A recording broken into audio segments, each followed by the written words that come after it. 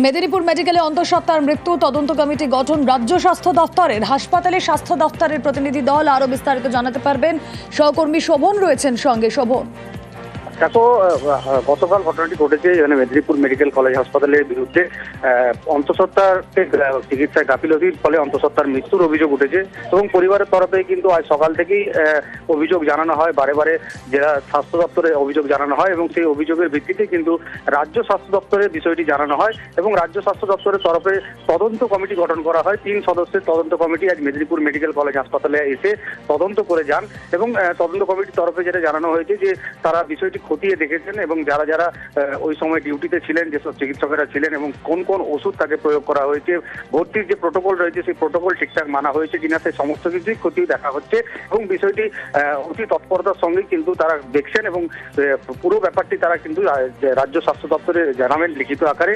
তারপরেই কিন্তু জানা যাবে যে কি ব্যবস্থা গ্রহণ করা হচ্ছে রাজ্য স্বাস্থ্য দপ্তরের তরফে। বেশ, পুরো রিপোর্ট আমরা এখন দেখবো, তারপরেই বলবো। তদন্তের রিপোর্ট কতদিনের মধ্যে জমা দেবেন? অ্যাডমিনিস্ট্রেশন বলবে, সেরকম গাইডলাইন্স আছে, সেটার মধ্যে জমা দিবে। তার রিপোর্ট পাবো, সবকিছু খতিয়ে দেখে তারপরে যা বলার বলা যাবে। প্রোটোকলগুলো কি মানা হয়েছিল? না, সেগুলো আমি এই মুহূর্তে কিছু বলা যাবে না। আর বাকি আমরা যা কাগজপত্র নিয়েছি আমরা ইনভেস্টিগেট করে পরে যা বলার বলবো।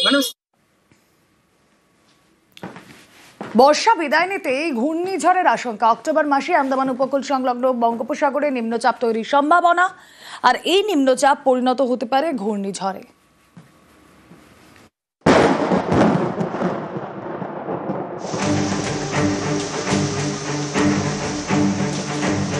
অক্টোবর মাস, বর্ষা শেষ, প্রাক শীতের মরশুম।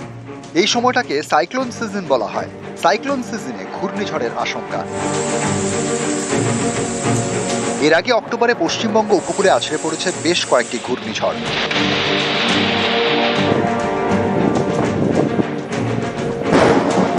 যেমন 2022 সালে সিত্রাং এবং 2024 সালে দানা। ঘূর্ণিঝড় তৈরি হওয়ার অন্যতম কারণ হল সমুদ্র পৃষ্ঠের তাপমাত্রা। সাধারণত 26 ডিগ্রি ন্যূনতম তাপমাত্রা হলে ঘূর্ণিঝড় তৈরি হয় সাগরে। এখন অক্টোবর মাস, বর্ষা বিদায় নিতেই ঘূর্ণিঝড়ের আতঙ্ক। 25শে অক্টোবরের মধ্যে আন্দামান উপকূল সংলগ্ন বঙ্গোপসাগরে নিম্নচাপ তৈরির সম্ভাবনা, যা পরিণত হতে পারে ঘূর্ণিঝড়ে। যে সিস্টেম হচ্ছে যে একটা সার্কুলেশন, যেটা অ্যান্টিক্লকওয়াইজ সার্কুলেশন, মানে ঘড়ির কাঁটার উল্টো দিকে ঘুরছে, সুতরাং এটা নিম্নচাপের দিকেই যাবে, গিয়ে এর ইন্টেন্সিটি। আর সবচেয়ে বড় কথা হচ্ছে যে যে জায়গায় ফরমেশন করেছে সেটা হচ্ছে সাইক্লোনের নিয়ম অনুযায়ী প্রায় 10-12 ডিগ্রি ল্যাটিটিউডে যদি ফরমেশন করে, সে অনেকটা এনার্জি নিয়ে, মানে কোরিওলিস ফোর্স নিয়েই জন্মগ্রহণ করে। এটা তাই করেছে, সুতরাং এটা জিরো হয়ে যাওয়ার চান্স কম। গত কয়েক বছরে বঙ্গোপসাগরে ঘূর্ণিঝড়ের সংখ্যা বেড়েছে ঝড়ের গতিবেগও।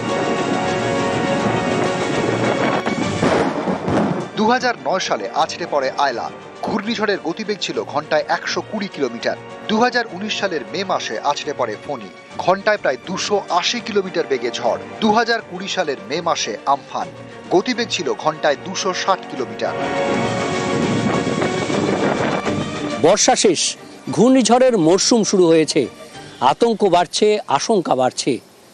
ক্যামেরায় রাজীব সিং এবং সৌমেন দাসের সঙ্গে বিশ্বজিৎ সাহা, নিউজ 18 বাংলা। খাবারের খোঁজে ফের লোকালয়ে হাতি। নকশালবাড়ির গ্রামে দাঁতালের দাপাদাপিতে তছনছ ধান জমি। হাতি দেখতে ভিড় স্থানীয়দের। হাতি তাড়াতে হিমশিম বনকর্মীরা। বনকর্মীদের সুর উঁচিয়ে তারা দলছুট দাঁতালের।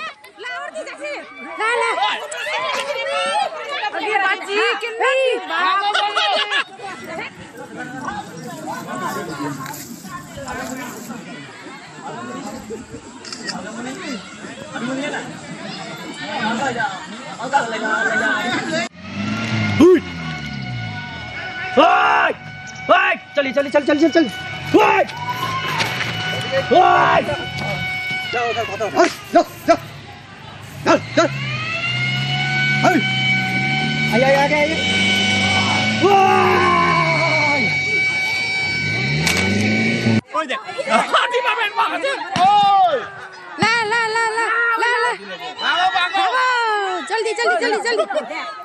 হাতি তো এমনি কন্টিনিউ আছে আমাদের এদিকে, কিন্তু আজকে মানে এটা কি দিনের মধ্যে এখানে শুয়েছিল হাতি রাতভর এখানে?